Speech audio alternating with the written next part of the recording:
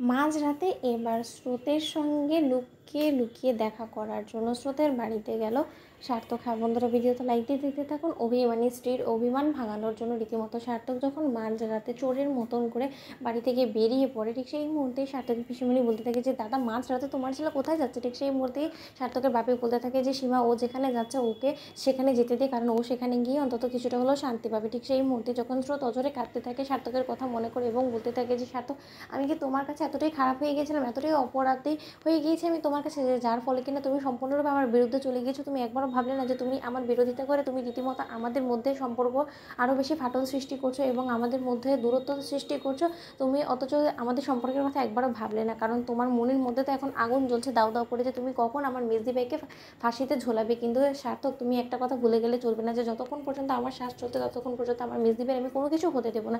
ঠিক সেই মুহূর্তে যখন সার্থক হঠাৎ করেই পাঁচিল টপকে ওদের ঘরের ভেতরে ঢুকে পড়ে এবং স্রোত চিৎকার করে ওঠে, ঠিক সেই মুহূর্তে স্রোতের মুখ চেপে ধরে সার্থক এবং বলতে থাকে যে চিৎকার চেঁচামেচি করে গোটা বাড়ির সৌদ্য সকলকে কি তুমি এখন জাগানোর চেষ্টা করছো নাকি? স্রোত, বলো তা তুমি এত ভয়ই বা পাচ্ছ কেন? বলো তো আমি সার্থক। ঠিক সেই মুহূর্তেই সার্থককে দেখা মাত্র স্রোত চমকে ওঠে এবং বলতে থাকে যে কী ব্যাপার, তুমি এখানে কী করছো এবং তোমার এত বড় দুঃসাহস হয় কী করছো? তুমি পাঁচিল টপকে রীতিমতো আমার ঘরে ঢুকে পড়েছো চোরের মতন। তোমার যদি দুঃসাহসী থাকতো তাহলে তো তুমি সদর দরজা দিয়ে ঢুকতে পারতে। ঠিক সেই মুহূর্তে সার্থক বলতে থাকে যে কী করে ঢুকবো বলো তো, কারণ আমি যদি বলতাম ও নকও করতাম তাও তো তুমি খুলতে না, তাই না? ঠিক সেই মুহূর্তে স্রোত বলতে থাকে কেন এসেছো এখানে বলো তো? আমি তো তোমাকে চির শান্তি দিয়ে সেখানে থেকে আমি আমার সব কিছু গুছিয়ে এখানে নিয়ে চলে এসেছি, আমি নতুন করে জীবন শুরু করতে চলেছি, সেখানে আবার তুমি কেন বারবার করে ইন্টারফেয়ার করছো সেটা তো বুঝতে পারছি না। তুমি কি আমাকে কোথাও শান্তিতে থাকতে দেবে না? অন্যদিকে সার্থক বলতে থাকে আচ্ছা স্রোত, তুমি কী চাও বলো তো?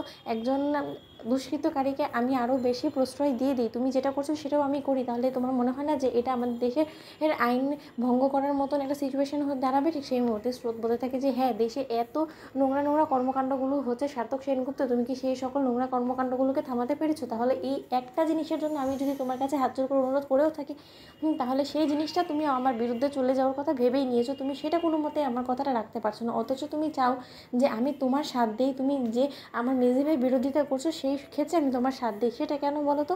তুমি তোমার পথে হাঁটো, আমি আমার পথে হাঁটি এবং আমি তো বাস্তবতাটার সঙ্গে নিজেকে একদমই ইউজ টু করে ফেলেছি, কারণ আমি তো খুব ভালো করে জানি যে তুমি আমার বিরুদ্ধেই যাবে এবং কাল হয়তো বা কোর্টে যাওয়া মাত্র তুমি কাঠগড়ায় দাঁড়িয়ে আবার আমার মেজদি ভাইয়ের বিপরীতে সব কথা বলবে এবং অবশেষে আমার মেজদি ভাইকে ফাঁসিতে ঝুলে তবেই তুমি ক্ষমা দিবে, তাই তো? তাহলে বরঞ্চ তুমি সেটাই করো, আমিও দেখি যে কী করে তুমি আমার মেজদি ভাইকে ফাঁসিতে ঝোলাও। আমার মেজদি ভাইয়ের কোনো রকম কোনো বড় সড়ো কিছু হওয়ার আগে আমি তোমাকে একটা কথা বলে দিচ্ছি, তুমি চিরকালের জন্য আমাকে হারিয়ে ফেলবে যদি আমার একবার মেজদি ভাইয়ের জেল হয়ে যায়, তাও আবার তোমার কারণে। তাহলে আমি নিজে গলায় দড়ি দিয়ে মরবো, নয়তো বা আমি নিজে আত্মহত্যা করবো, কিন্তু কোনো মতে আমি আর তোমার জীবনে কোনোদিনও ফিরে যাবো না, তুমি চিরকালের জন্য আমাকে হারিয়ে ফেলবে। সার্থক, তুমি তো লেখেম শেখর।